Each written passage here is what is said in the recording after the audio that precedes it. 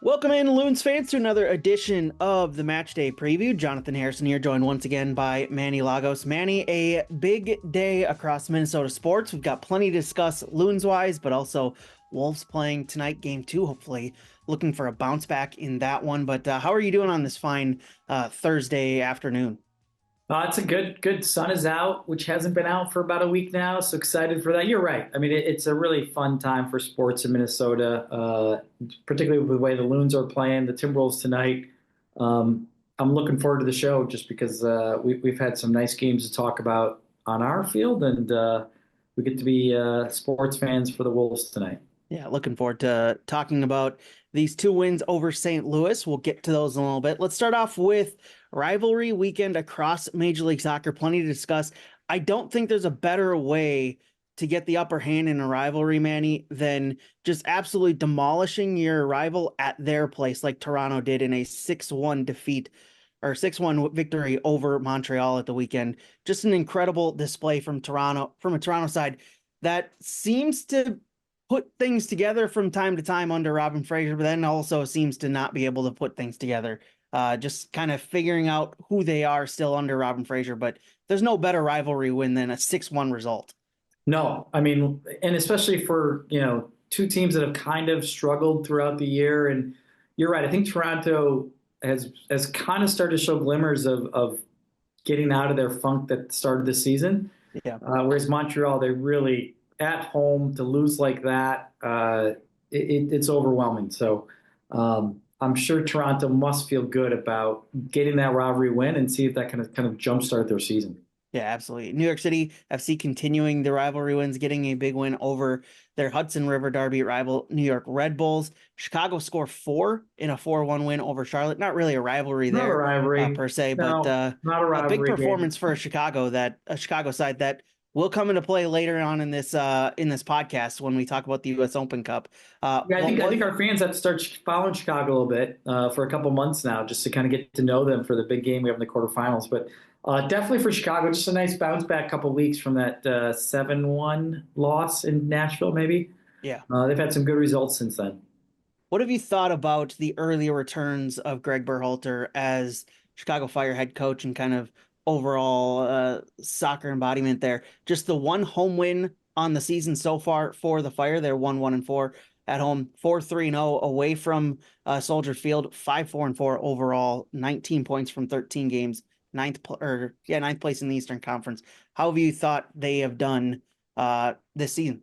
I just look at little moments. They've reacted well to a really tough loss and given up that many goals, kind of hits your defense. So, certainly I think he's trying to build an identity, and it feels like they're building into a different team they've been the last couple of years. So, I think it's a team that will be dangerous. I think offensively they've got some really good pieces and really dangerous pieces. Gutierrez, Bomba.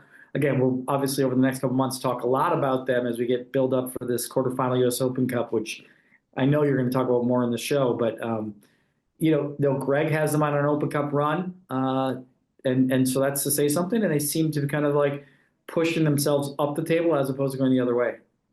What about Charlotte? I mean, they were one of the biggest newsbreakers this offseason, bringing in Wilfred Zaha on a loan. Though that is he scored 4 goals on the season so far, so personally probably working out a little bit well for him. But on the field, over the past couple games, it hasn't been working out well for Charlotte. 5 losses in their last 6 games. It's been a little bit of a struggle for Charlotte lately. Yeah, I think you kind of touched on it. It reminds me a little bit of us last year in terms of our great start, and then we had that 6 game losing streak. Um, to me, it's their defense right now is the issue. I mean, they're Yeah. giving up goals quite a bit. So, like a lot of teams in the league at this point, I think you got to kind of embrace what you're doing really well and make sure you keep doing that. And then what you're not doing well, you probably have to have honest questions about like why are we struggling defensively versus last year? We were this kind of defensive stalwart, and now we're not getting results. We're giving up goals. They obviously had a wild, like all Open Cup games last night, wild one in DC where they ended up on the losing end. They looked good offensively, but they obviously couldn't keep the ball in the net and lost in a shootout. So um, they probably were one of the teams similar to us where people were surprised by the start. Yeah. And I think we've kept our level, and I think they've certainly dropped off.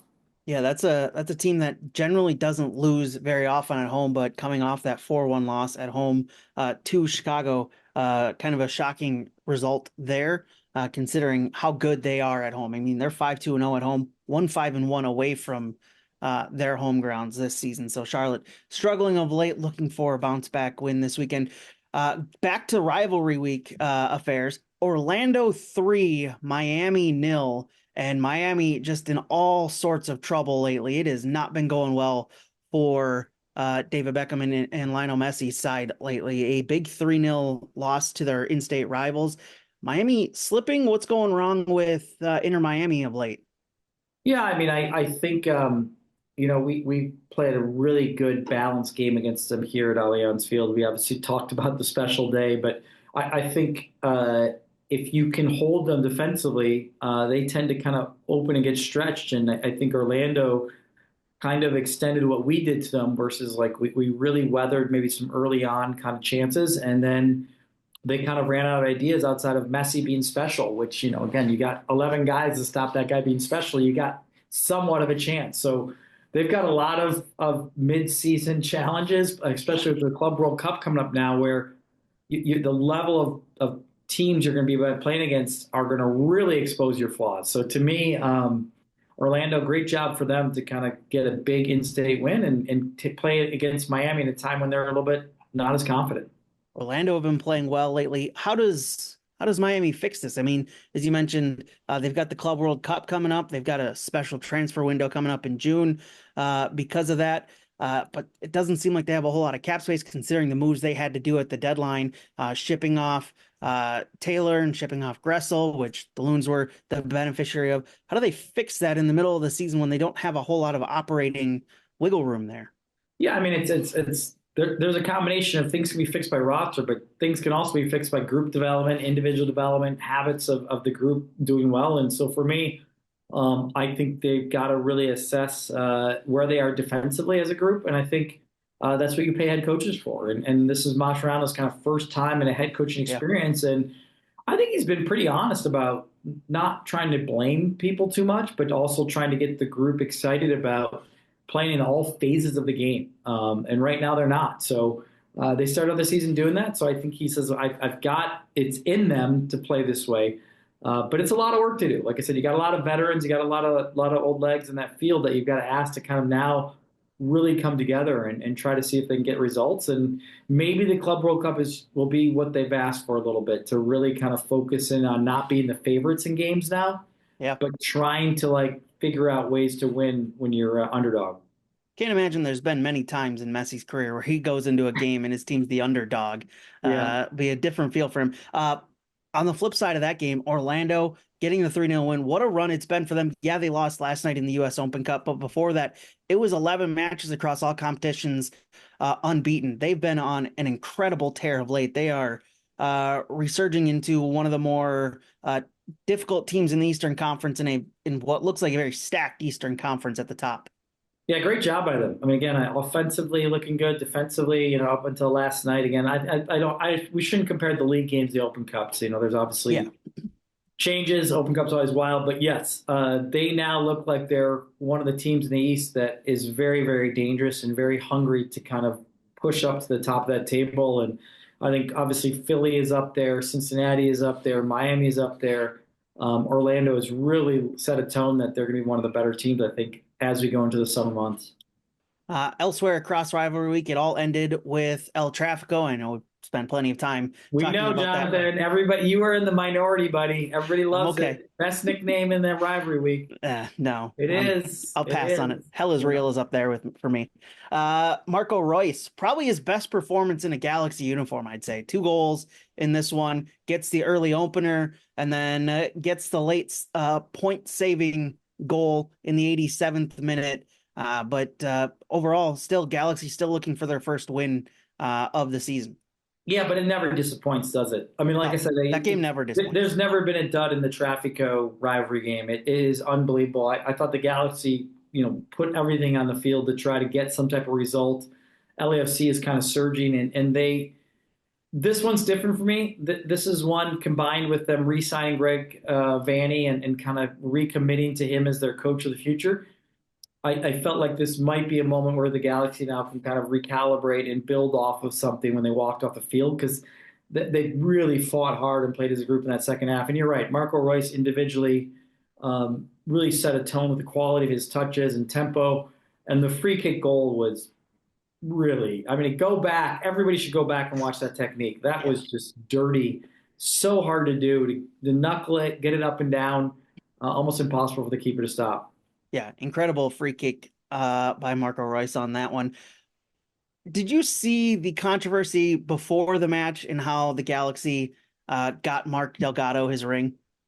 No, I did not. So, if I'm remembering this all correctly, and I've followed it from a distance, but obviously Mark Delgado moved from LA Galaxy to LAFC in the offseason. And there had been the question of how are you going to get him his championship ring because he was a big part of that LA Galaxy team that won it. And so instead of rewarding him in front of the fans at LA Galaxy Stadium because he now plays for their in-city rival, it was a pregame thing where they did it earlier in the day or earlier in the week, and they just released a video, and there was a whole lot of kerfuffle around it. It made LA Galaxy fans mad. It made LAFC fans mad for various reasons. I don't know a good way to handle that though. When a player who helped you win a championship goes to your cross city rivals, how do you handle getting them the ring in a clean way and like celebrating that championship for them? Yeah, it's a tough one. I mean, I really like Mark Delgado. I think Yeah, he's had a career that punches above his weight. I'm not sure if it's appropriate to do it right before the game. I know yeah. this is all of this is kind of an Americanized kind of Oh yeah, how we do things. So other countries don't have rings that they give to players when they win championships. I'm gonna throw one out that I'm okay however they want to do it. They could have mailed it to him. I mean, at the end of the day, he's on the other team now, you yeah. know. I think So if you make the choice to go to your in-city rivals, you go to the yeah, in-city rivals, you make the choice that, yeah, you're not going to be celebrated when you get this ring. It may just arrive in the mail via FedEx or correct. whatever. Yeah, I'm with you on that. I You gave that's up the an extra chance to be process. celebrated. Yeah, exactly. Had you gone to maybe Seattle or I don't know, maybe not Seattle, because again, a rivalry in the Western Conference. If you gone to like an Eastern Conference team, then you probably get rewarded. But if you go to the in-city rival, I don't think you should have any expectation to be celebrated I because agree. of I how agree. close that rivalry is. Particularly where things are right now. They've got bigger stuff to worry about. For sure. Let's jump into these dual St. Louis matches for the Loons. Plenty of good stuff to talk about here for Minnesota United. Let's start with the 3-0 win, excuse me, at the weekend. We'll get to the US Open Cup game in a little bit. But this was a very dominating performance for the Loons. A little I loved this match. This one was fun from minute 1 to minute 90. And the Loons just coming out and just throttling St. Louis and really kind of demoralizing them ahead of the second game in the series in about 4 days. Yeah, my brain's got to kind of recalibrate. We've had 180 minutes of St. Louis soccer here in 4 days. My favorite thing about Thursday now versus last Thursday is not saying it was a dip, but we had a tough loss in St. Louis and sorry in Houston where we kind of put together a lineup that we thought was going to be competitive and it didn't quite just make it work. And I just love the reaction. I love where we are versus a week ago after waking up and being like, listen, we got to have a staff that tries things. We've got to play some younger guys when the schedule gets congested and it might go bad, but what's the response? And I think that's my favorite thing about Saturday was just the response by the group from a tough loss in Houston, where it's not just losing the game, but we all didn't feel like we put our best effort to really compete the way we wanted to. And that hasn't happened very often this year, and it happened, and the response was outstanding. I mean, the St. Louis game, I thought, was our most complete, most balanced offense and defensive soccer all year. And what I mean, it had nothing to do with possession. It just had to do with, I think, at the right moments, we kept the ball well, we moved Mhm. it well, and we took our chances well. And at the right moments defensively, we are hungry to keep the shutout, to make sure they limited their chances and not really let them ever feel like they were in the game. Yeah, and you look at all three of those goals in that match, and they all three came in very different ways, and they all three were, it felt like reasons, separate individual reasons and ways of styles of play that this team has been kind of building on over the past couple weeks in this new look 3-4-2-1 that I did want to ask you a question on it. The Loons have switched up from the two striker system to just having one striker up top with dual number 10s, it feels like, behind them. Eric Ramsey, when we talked in the pre-match interview that we have on the radio broadcast side, said he feels like this new system uh, lets them or has affords them some unpredictability. It lets them be a little bit more unpredictable for teams. What does he mean when he says unpredictability? It allows them to be a little bit more unpredictable than they were with the two striker system. Yeah, I think it's just not more standard. A team looks at it, this is two strikers that we have to deal with against our four or three back three, whatever the opposing team is kind of putting back there defensively. And so I think the unpredictability comes from really the two key number 10s, or Robin Lowe to forward, or what's nice when I watch it is it really allows Joaquin Pereira to really float into spaces where he can be dangerous and find balls in good spots. It allows Robin sometimes to go up top and be a second forward with Tani or with the Boa. And then defensively, sometimes it allows us to even almost shift into a 5-4-1, which is an incredibly hard system to break down, where Mm. Robin will drift wide. And now we've got, at this point, it was Tani up top. So to me, sorry, guys, it was one of those situations where I think it's hard for a team to really understand what the system is at all times, both offensively and defensively. Yeah, it's been interesting to watch this new look develop in the middle of the season, and it kind of started with this run against, or this run kind of started against Austin FC in that 3-0 win, and we'll talk about the Austin game coming up a little bit later on. But we've seen this new look formation, as you said. Robin's been key to it. He's been playing a little bit higher up the field, and I feel Dan and I have talked about this on the radio broadcast side that pushing him a little bit higher up the field has seemed to get him back more involved in the game than he was earlier in the season, where he might have been doing a little bit more defensive duties. And it's allowed him to kind of put his mark on matches more so than he had in the first half of the season.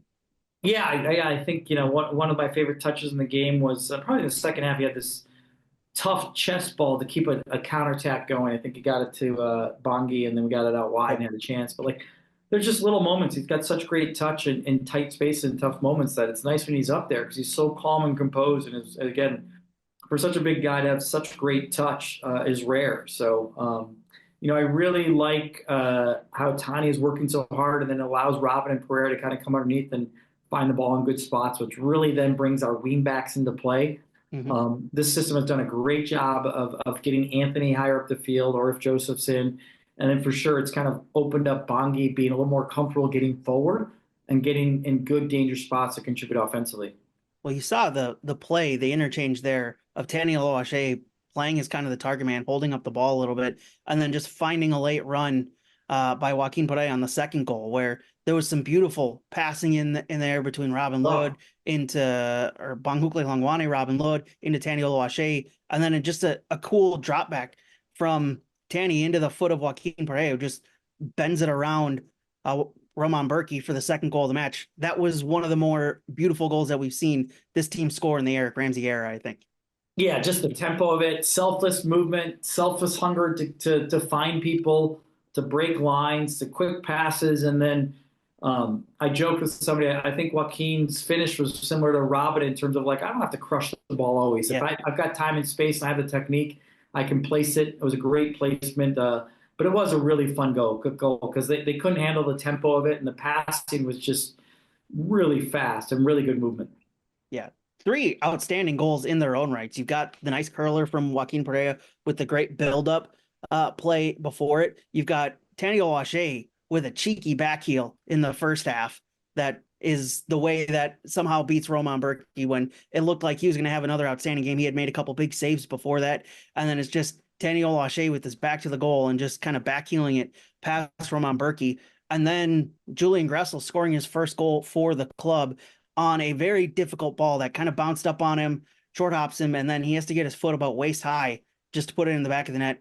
Three really outstanding goals in their own rights in that match. Yeah, I think you're right. I mean, Tani's work rate and effort, it was outstanding. So it was nice to have him. I think cheeky's the right word. I mean, Chris, it was rewarding for his kind of effort to bring everybody else into the game, to do a Yeah. lot of that selfless work and running, and then the composure in a tight space to do that was yeah, you're right, cheeky. But The third goal, I really actually enjoyed the sentiment of Gressel getting the goal and the celebration. I Hmm. really liked Will Trapp's movement. I mean, I thought Will Trapp had a great day and really was on the ball a lot and really was hungry to find the ball. And it was fun to see a goal rewarded for him. I think two or three times he got to create triangles in different spaces to find the ball. And then once he found it in the final third, Joaquin makes that great run and Will finds him again. So to me, I thought it was a nice moment for Will Trapp based on how well he played throughout the game, that he contributed. And then it was great to see Joaquin have nice service and to kind of get Julian Gressel off the mark. Third goal, celebration with his family, celebration with Wonderwall. Like I said, to me, it was our most balanced, complete game of the year.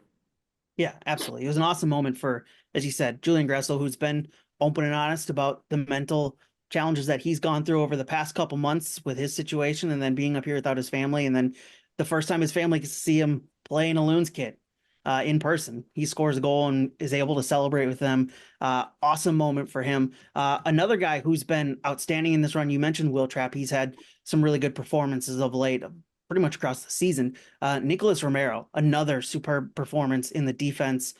He's just incredibly stable at that back line and has been continue. It feels like he's just continuing to grow in his confidence in that role on the three-man back line. Yeah, I mean, this is where we have this weird. We played St. Louis twice. Like my brain goes to last night as well, combined with it was just he's been unbelievable. I mean, all-star level, Yeah. all league level type of playing. He looks like he's been playing for 15 years. He's not 21. Um, he doesn't look 21 actually as well in a nice way, but unbelievable. The quality, the character, the hunger, the passion. I think he's a nice reminder of embracing just being a good, tough defender while being hungry at good decision making and passing offensively. Uh, it really to me is looking like somebody who is one of the top defenders in the league right now the way he's playing.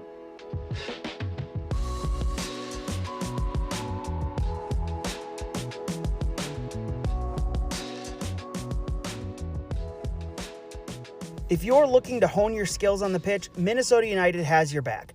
Our youth clinics and development camps range from goalkeeper training to academy tryout preparation to good old-fashioned summer camps. We've got something for athletes of all ages and skill levels. Check out our camp offerings at MNUFC.com.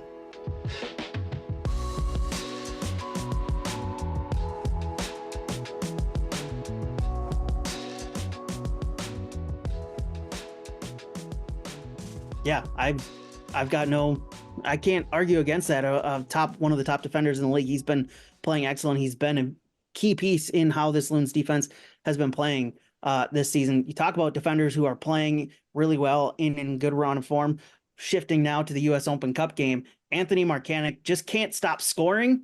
He saw what his brother did last year and wants to up that apparently on 4 goals now. He has just been incredible of late. Just an incredible run for him and looking like a great acquisition from last season. Yeah, I mean, again, I think he's doing a lot of the little things really, really well that allows the team to kind of bring out his maybe offensive attributes. And do think it starts with his positioning, his hunger to be a good defensive player, a good decision maker, passing the ball and moving it. I think offensively, he's not going to be the guy that wants to try to get the end line and get crosses because, frankly, he knows we need the balance defensively. And he needs, if we want to have more possession, we talk about the show. We need guys in the field that are hungry to make good decisions and just keep the ball a little bit and let us breathe. And he's done a great job of deciding when to go forward and when to not. So I think within the run of play, he's been outstanding, particularly defensively. And I think he's been really good decision making offensively on the ball. Where I think it separates him is that we think we found a player that I think I mentioned in the show last week about how sneakily good he is not tracked in the box and how good he Yeah. is in the box. And timing is amazing. His hunger and bravery to find the ball and find ways to get chances, and then his finishing is outstanding. So that I don't think is an aberration. I think that is something that he is really, really darn good at, and it's just elevated our team. And last night, I mean, an amazing first half by the group, and we had a mixed lineup, and we can kind of go into individuals, but he was one of them. But that second half, when we lost a little confidence, for him to step up and help the group find 2 goals in 4 minutes to win that game that we should have won. I think we deserved to Mhm. win in that game. Great run of form right now. Great moment for the club and great moment for him individually, and so well deserved because he's been playing that way for the last couple months.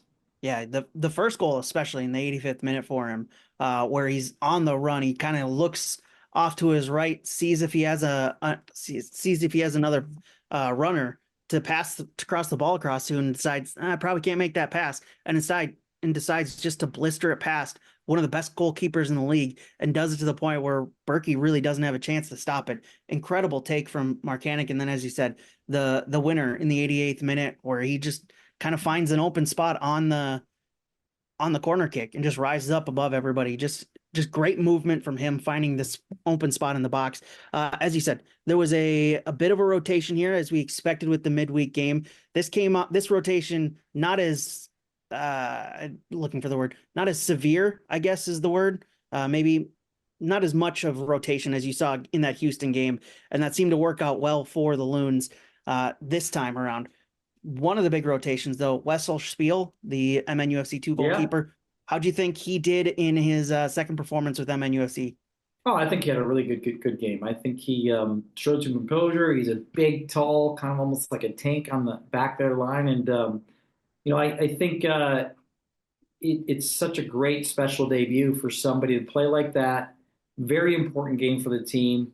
He had a few moments in the first half. I thought he was a little bit nervy with his touches as from his feet, Mm-hmm. but I think he got better as the game went along there. And really, like I said, the goals that came were tough for him to deal with. I mean, obviously, I'm sure the goalkeeper coach has some good advice for him on any moments in the game, whether the goals were quote unquote anybody's fault or not. But what a great special moment for him to be part of that win for the guys in the field last night.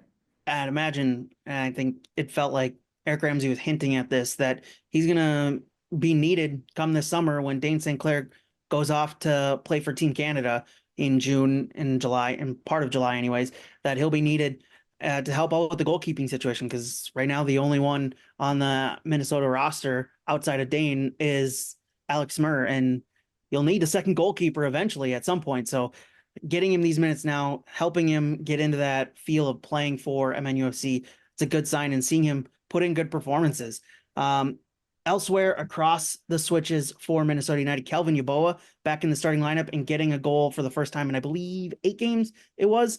Really needed that, but a really incredible, nice touch from him on that goal. Wasn't an easy take from him to just kind of put a foot on it and change the direction and throw Roman Berkey off, but good to see him get up back on the score sheet. Yeah, I mean, it was a really fun game last night. I think the game had so many elements, and obviously the second half had the huge twists and turns. And I think what I liked about the first half is we had these changes, and we had individuals play really well within those changes. And obviously Kelvin with a great finish and great to get off the mark and show his quality. I thought that was an outstanding play. Great cross by Gressel, which is one of the things he's known for. Mm-hmm. Um, Great movement by Ho Yen there, by the way. I mean, I think he had an underrated, outstanding first half. I thought his movement and touches brought Owen into the game. Next thing you know, I thought Owen had a very good first half. So to me, particularly those three guys, St. Bin found some good spaces to be in, turn and go forward. It was a really good first half, complete performance. Like I said, the drama of the game came in the second half because they kind of came at us and we kind of dropped our level a little bit before we had to recover. But the first half, I saw 45 minutes of every guy in the field committed to playing well and really showing their individual talents based on the fact that it wasn't a normal starting lineup. That's even harder to do. That's why I was even more impressed with the individual performance by several of the guys. So certainly Kelvin getting that goal, super important. I mean, it's a reminder of his qualities. Yeah. And, in a weird way, as the game went on, we ended up having Tani and Kelvin up top, which was great. We've had that early in the year. Mm-hmm. But also, there's a good battle now. If we want to play at that 3-4-2-1 between Kelvin and Tani up top, it's just exciting that we got two forwards now in that system that can be battling for that starting spot. Yeah, and if Kelvin can carry this form that he picked up in last night's game into the future, that'll be key because he'll be called upon quite a bit in June when Tanny's off playing with Team Canada as well, just like Dane St. Clair. Number of players potentially off to their national teams in the summer for the Gold Cup coming up. I believe there's 5 Minnesota United players that are on preliminary rosters or on the full Yeah. rosters right now. So we'll see how that plays out and what those announcements come in the coming weeks. Yeah, they're more than likely Harvey, Dane, Tani. I don't think Owen's going to play for Guadalupe. I think that was the surprise to me because I Yeah. knew No, that I don't think he'll accept it. So I think it's going to be Tani, Dane, Harvey, Joe, yeah. probably. Yeah, those By will the be the. way, Marcanic coming in and developing into a really good left wing back, does that allow Josef Rosales to move back into the midfield, or do you still see him as the number one left wing back for this club? Oh, I see him as I see him very similar to the Tani Yeboah situation, where I don't know if there's number ones or number twos. Okay. I just think we need competition at spots, and we need guys to be hungry to be the best version of themselves. So I think it allows Joe to get healthy, to understand that there's competition, and to see, depending on the game or where we are health wise, et cetera, we've got good, healthy depth, starting depth, or whatever. Like at the end of the day, I see that very similar to the Tiny Yeboah situation where we got two good guys for one position. Yeah, I like having all this depth across the board, which will come in handy come the summer months, which we saw really hurt the club last year when injuries and international call-ups happened. But with that win last night, the Loons advance into the quarterfinals of the U.S. Open Cup, which now after this morning's draw, Manny, they now have hosting rights. We now have hosting rights throughout the rest of the tournament. So should we get to the finals? Cross our fingers. That's a long ways out. Still plenty of games to go for that. It'll be at Allianz Field. Incredible potential moment for the club. Maybe if we can get that far. But first, it's a game against Chicago Fire, which we talked about earlier on under Greg Berhalter. They've had their ups and downs this season, but I cannot wait for that game coming up at the beginning of July. Amazing morning. I don't know if people like us follow, but let's just go through the reality that we had a home game in the Open Cup last night, and then the next thing you know, you get two home games to draw your quarterfinals and semifinals potentially. And then the last coin flip was actually for will the home game be from a Western Conference team or an Eastern Conference team? They flipped the coin. It was West. So it's basically like going tails four times in a row, which is I've never seen before. I've seen teams buy home games over the years in Open Cup, but I've never seen a team just through the luck of the draw get four straight home games like this. So it is an unbelievable opportunity, exciting moment to see the pathway as a club to a trophy. So we should all be really, really excited. I'm through the roof to see that there's a pathway at Allianz Field with us playing a final there. It's surreal. Obviously, it's going to take a lot. We got to win these games now, three more games, and again, they will all be at Allianz Field. So I couldn't be happier for the club, and I couldn't be happier for the fan base. Yeah. Ultimately, like this is the kind of tournament where, yeah, last night was a little bit light, but our fans, I always remember that semifinal against Portland and just how the place, that's still probably one of the best Allianz Field environments we've ever had. So I'm really excited about the Chicago game and hopefully us making a run between the semifinals and finals and the club going for it. I think every Minnesota United should be waking up this morning excited for the chance at a trophy truly within grasp. So a fun morning. I think, Jonathan, just going back to the game, Yeah. the drama of the second half now even means more. The fact that, we were trying to navigate this tough week. I know we'll go to our Austin game here preview in a second, but that drama of St. Louis, two games in a row, trying to beat that team, they're down. They're feeling down at halftime. We have two great chances to start out that second half where we could go up 2 or 3-0. And the next thing you know, they hit us with two goals. And our head went down for about 10, 15 minutes there. We Yeah. really, we made some subs. Instead of elevating, it kind of went dark for us a little bit. We were really struggling to get out of it. And I just love how the guys, for the first time all year, playing down a goal, we just found another gear. And again, we talked about Anthony, but it was the whole team. Pereira with his passing, just, again, if you think about the corner kick goal that Anthony scored right before that, the through ball to Tani to almost win within the regulation right there was unbelievable. So really could not be happier for the kind of drama that happens in the Open Cup.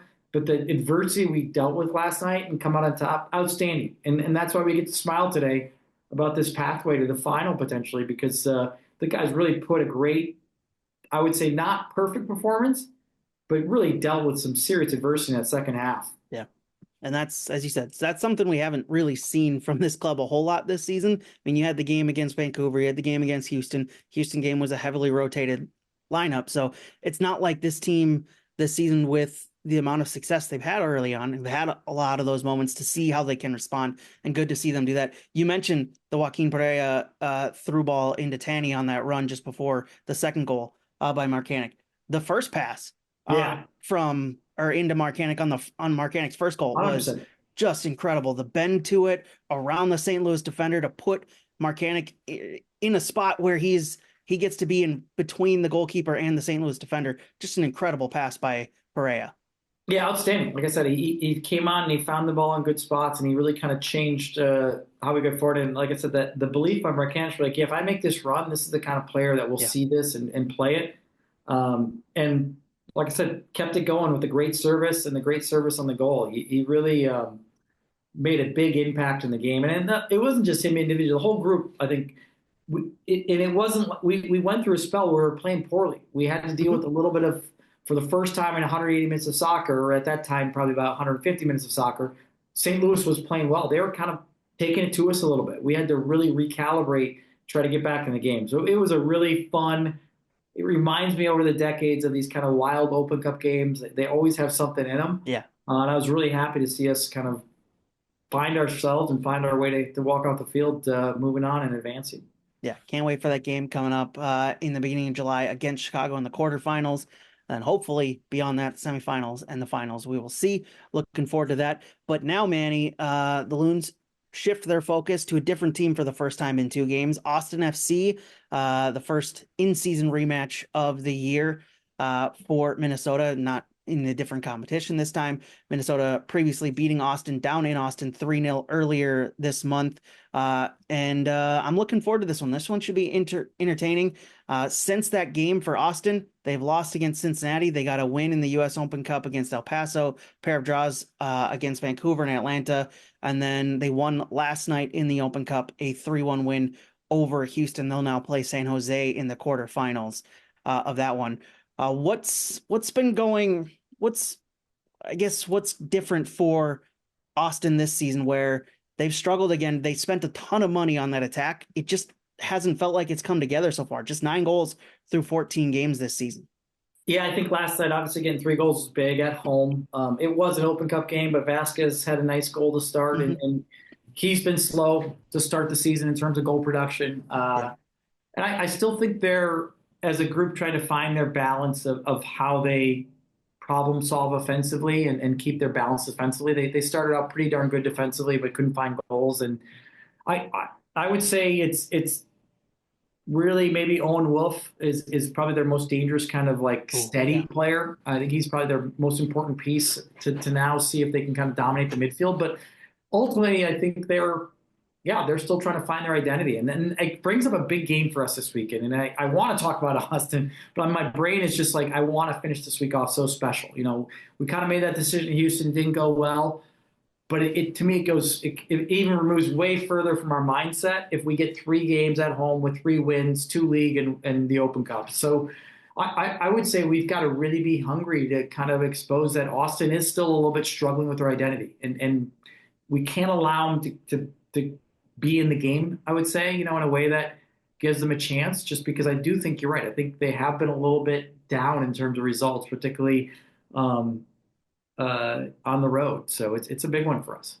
Yeah, absolutely. And considering you have another midweek game coming up after that at Vancouver, a team that has been flying this season. We already saw Vancouver come to Allianz Field, get a 3-1 win a couple weeks ago. Loons will be looking to respond in that one against the Vancouver side that, again, might have CONCACAF Champions Cup on the mind, might heavily rotate in that game with the final coming up 4 days after that. That'll be certainly an interesting match in that one on the following Wednesday, which will happen before we record again, Manny.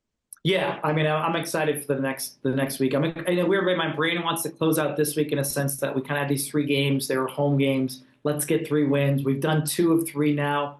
Make sure the guys get some good rest today. They get some good recovery. We've had some rotated lineups, so I think we'll have some good fresh legs this weekend against Austin. And then it's a battle of a away trip. That's probably going to be our toughest away trip all year. We're going to go to Vancouver. Guys will stay there and fly to Seattle and stay in Yeah. Seattle and play Seattle Saturday night. Not easy. Not an easy week coming up, but I think I mentioned at the last show, you said, how do you approach it? I don't want to be boring. It's kind of one game at a time. Yeah. Um, I would say this is the end of that one game at a time. I think Wednesday, Saturday will be approached as a two-game series, and probably Eric has some tough decisions about how he wants to approach, to your point, a Vancouver team that worked us with a rotated lineup last time, we have to be Yeah. honest. And then a tough place for Minnesota United to play in Seattle. And let's hope we're hungry to make some history in Seattle this year because you only get that opportunity so often. And let's do it. Let's if there's ever a year that it shows that we can break that kind of curse, this might be the year. Yeah, and that Seattle team has been on a heck of a run lately as well. Still undefeated at home though, so that's going to be, as you said, a difficult spot to go to coming up next Sunday. That's still a ways out at this point. When you look at that Vancouver game, do you expect them to rotate again, have a heavily rotated side with the final coming up 4 days afterward down in Mexico? So it's not a home final like Seattle had a couple years ago. They are going on the road down to Mexico, where they've had success this season in CONCACAF Champions Cup. They've pulled off some great, miraculous second leg wins there. This will just be one leg for the entire final for this one. Yeah, I expect to rotate. I mean, obviously Berhalter will play because he's suspended He's for been the outstanding. final. What's that? Berhalter's been incredible for them this season. Unbelievable. So he'll be in the lineup because he's suspended for the final down in Mexico. Yep. I hate that rule, by the way. Yep. I don't know how the yellow card suspensions lead up to the finals. Like it's just You I should actually erase don't think there them. should be yellow You, card suspensions anymore. Just there's new ways we find guys. We have like post game fines for different stuff. I think I don't think there's as many as yellow card accumulations throughout the year anymore like there used to be. So I'm not a big fan of in tournaments or even in league play. These five yellow cards equals a game suspension, or in tournaments, two yellow cards equal. It just feels harsh, particularly when yellow cards sometimes are used by a ref to kind of calm the game down versus yeah. actually make the call. So I'm not a fan. I really want to, feel for Vancouver that their arguably best player this year is not playing in that final. Really irks me when I put on my MLS mothership hat. But it does mean he'll play Wednesday. And I got to be careful. They had to heavily rotate it. They will definitely Mhm. rotate. This will be the biggest game in the history of their club down in Mexico. There's no reason why he wouldn't want fresh legs for that. And the fact that we got worked here at home with the heavily rotated lineup. So I think he'll certainly feel like he can do that against us and that he'll feel good about it.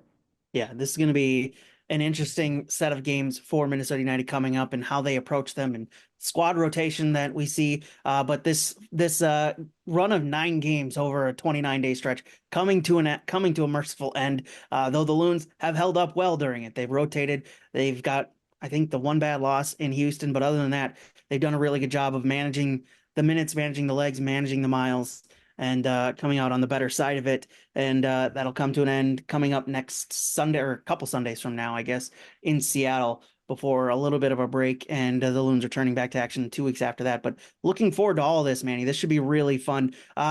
One last topic here before we close out the show. Your thoughts on Pulisic not being called up for the Gold Cup? I woke up this morning crabby. And by the way, it's really hard to be crabby after the Yeah. result we had last night and the result Saturday. Um, we will have a lot of national team shows here. We'll Hmm. talk about the team, and I guess the glass half full is that we've got 12 months to build a group to compete in a World Cup. The glass half empty is I think a lot of U.S. national team fans right now are asking themselves, are these guys hungry and care about building to a World Cup and representing our country and proving that we belong on the top world stage as one of the better national teams out in the world, or even top 10 at this point? Um, I'm trying to be cautiously like optimistic while really disappointed. Yeah. Really disappointed. I I cannot tell you how many people have built through blood and sweat this sport to try to get to us have another World Cup and try to show the world that we want to put it on a show. And again, thank God we're 12 months out where we have some time to recover. But right now, it does feel like a bleak day. Like my brain, I understand rest. I understand the new modern era of overplaying players and fact that FIFA and the growth of so many games is really tough. My personal side is, as somebody who's been a pioneer in my brain for the sport, I hope our group of players can contextualize how important they are in the history of trying to help this sport grow and how important, a World Cup run and building a group together is. So we'll see. It was not my favorite news Yeah. at all. I Yeah. mean, no. Yeah. I think friend of the show, former friend or former play-by-play voice for Minnesota United, Callum Williams put it best. You hope that the physical and mental side are all right for Christian Pulisic, but you also can't imagine a guy like Lionel Messi, Cristiano Ronaldo, or some of the other top stars for their nations willingly sitting out international games at the end of the season, even if it has been a long, heavy season for them. So it's kind of one hand, or it's kind of just one thing. I don't know. It's tricky because you hope that everything's okay with him personally and mentally, and we just coming off mental health awareness game, so you hope everything's all right there. But also, you can't see. I couldn't imagine a player like Messi if the World Cup was being hosted in his home country, sitting out the summer before in a big tournament. Just it wouldn't happen. So No. it's yeah, No. it's a tricky one. Again, like the glass half full is we got 12 months to figure Mhm. out what guys want to like come together to fight and battle the reps of our country and hopefully make a run in this World Cup because it's tough. Like we've had some good moments. I think Pochettino's got a long road ahead of him, but he does have a runway. Yeah, But this does feel like, unfortunately, like kind of just a little bit of a setback for the group that we think is going to be the group, and maybe it's not going to be the group. At the end of the day, hopefully we've got a lot of hungry guys that want to put on that shirt and represent the country, and hopefully Christian can get some rest and be ready to fight for his club and country over the next 12 months. hopefully the U.S.'s pathway to the Gold Cup final rolls through Minneapolis at U.S. Bank Stadium coming up. That'd be nice to see the U.S. men's national team in town for the quarterfinals of that tournament. So looking forward to all of it. As you said, we'll talk plenty about the international game Oh coming yeah, up in June and July. Plenty to discuss there. Manny, good stuff from you. Appreciate stopping by. likewise. Appreciate the conversation. Been Yep. fun catching up on two big wins for the Loons and previewing a couple of big games coming up over the next week. Loons fans, we will talk to you next week previewing that game or that trip out to Seattle and reviewing the Austin and Vancouver games. Thanks again for tuning in. Tune back into the same channel for next week's podcast. Also, thanks to the production staff, Grace Dearson, Evan Entler, and Kyle Hayward for putting this on every week. We'll talk to you next week, Loons fans.